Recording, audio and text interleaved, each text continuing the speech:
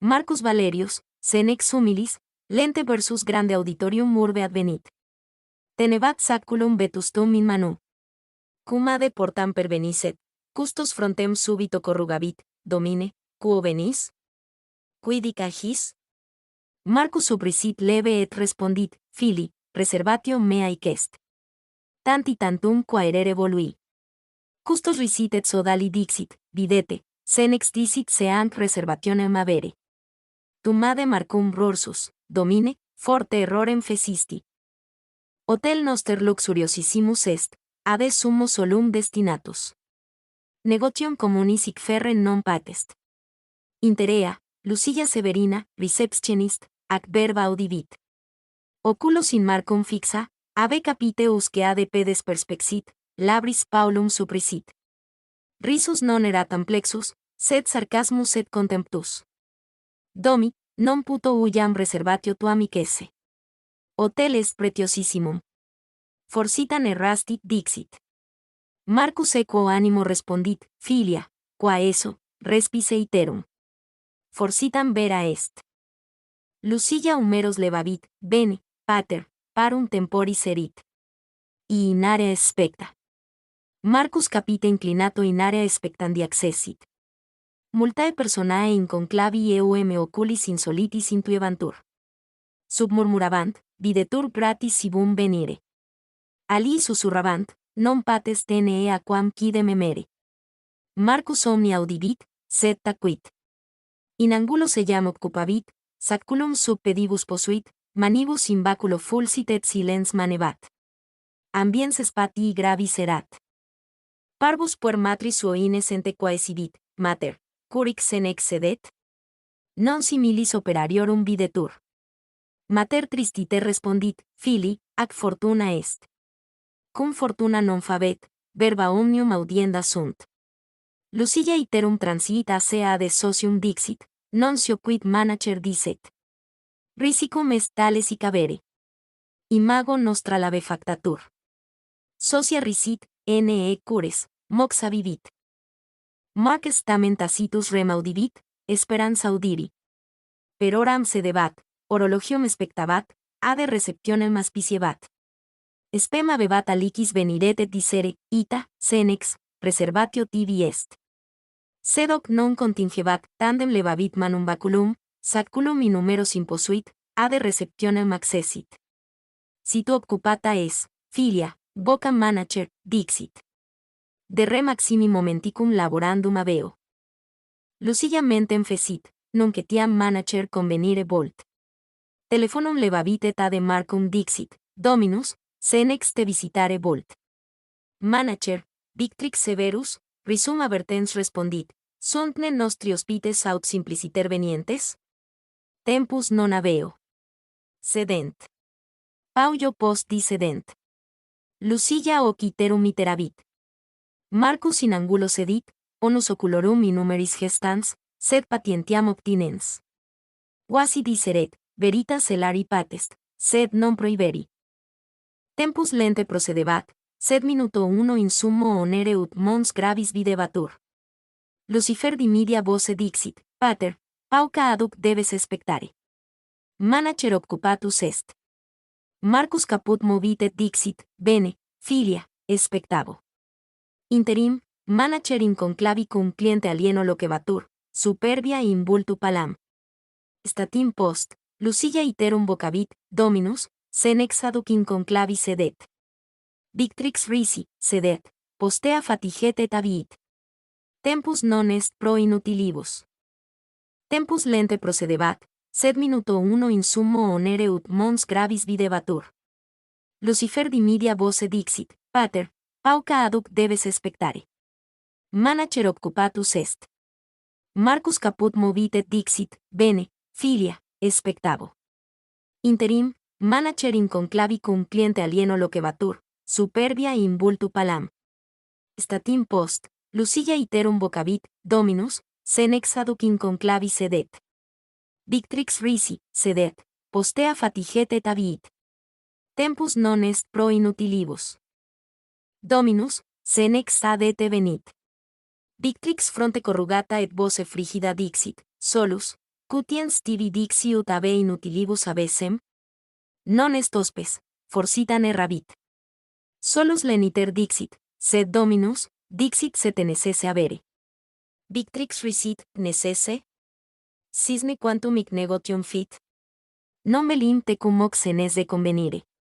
Solus taquit sed dolore affectus erat, Victrix strictius dixit, solus, e facituam operam.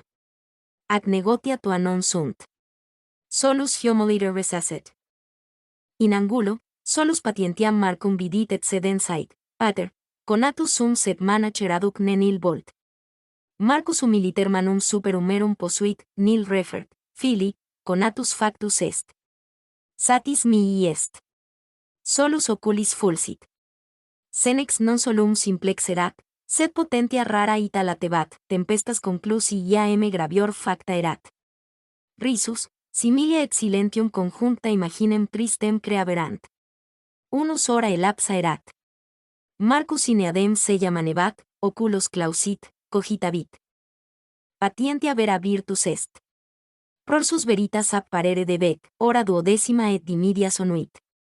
Marcus statim baculum toyebat, saculum humeris imposuit et ade receptionem ambulavit. Multi in conclavi susurrabant, exe, senex contra manacer contendit. Lucilla irata dixit, pater, expecta. Manacer aduc occupatus est. Marcus leniter responderat, filia, satis expectavi, nunc ipse loquar. Et directus ade conclave marciavit ubi Victrix sincella rotatoria arrogantia sedebat. Quid strepitum facis, inquisivit iratus, Marcus lentes aculum aperuit et charta obtulit, ac reservatio et documenta sunt. Vide placet. Victrix ridens chartas iaquit, superbios, si pecunia non est, verba magna frustra sunt. Faciam tuam video et nuyam pecuniam avere suspicor. Hic locus non est tibi. Dicede. Marcus serius oculos sine eum fixa dixit, cum modo sine inspectione judicas? Respice chartas, veritas aepe alitera parit. Victrix mox destra insella recubuit et magno risu dixit, non opus est chartas inspicere. Hic hospitium dio administravi, vultum hominum video sioquid valent. Risu circumferebatur, alici hospites etiam incidebant. Marcus spiritum accepit, chartas posuit et pacate dixit, si non credis, a vivo. Memento quid odie fecisti, te plectetur. Et abexit, Taciturnus, suspirabant alii, bene fecit manacer. Marques lento gresu et curvata veste relicit hotel.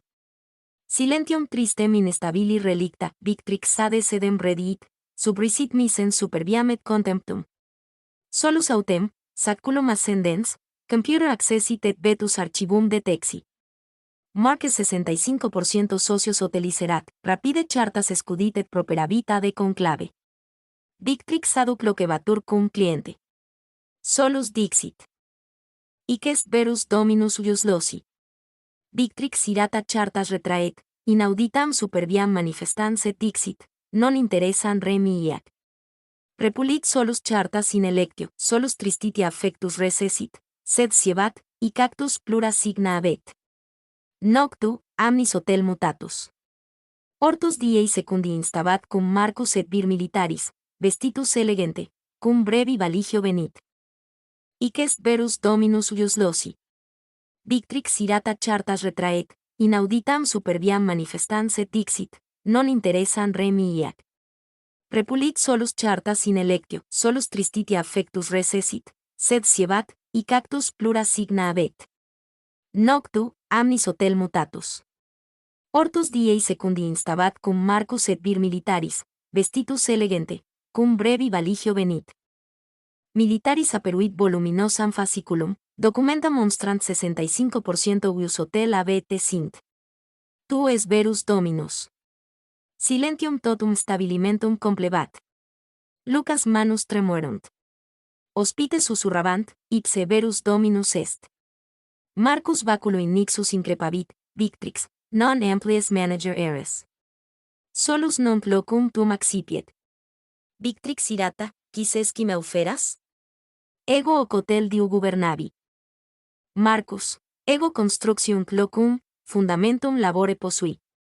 te subdio coercere possum, sed punitio tuaerit laboro humili. Vocavit solum accedens, ma non super humerum posuit, non pecuniam abuisti, sed humanitatem. Ac vera virtus est, ideo dignus es hoc munere. Solus lacrimas fundit, domine, solum humanitatem exhibui. Marcus subrisit, ac est maxima virtus, fili. Marcus, ego constructium locum, fundamentum labore posui. Te subdio coercere possum, sed punitio tuaerit laboro humili. Vocavit solum accedens, ma non super humerum posuit, non pecuniam abuisti, sed humanitatem. Ac vera virtus est, ideo dignus es hoc munere. Solus lacrimas fundit, domine, solum humanitatem exhibui. Marcus subrisit, ac est maxima virtus, fili. Hospites fragore plausu responderunt, omnes Marcus reverenti observabant. Quieri contemnebant, odia in reverentiam cadebant, Marcus conclusit, vera divitia e non in pecunia sunt sed in animo. Si animus magnus est, homo magnus fit. Hoc dictu cum militari discessit. Estantes aducas piciebant, mentibus cogitabant, dominus debetum ines per humanitatem estimare, non per vestimenta. Postea, hotel mutatus est. Staf omnes cum honore cum hospitibus agebant. Dicunt Marcus non solum hotela edificabit sed etiam fundamenta humanitatis posuit.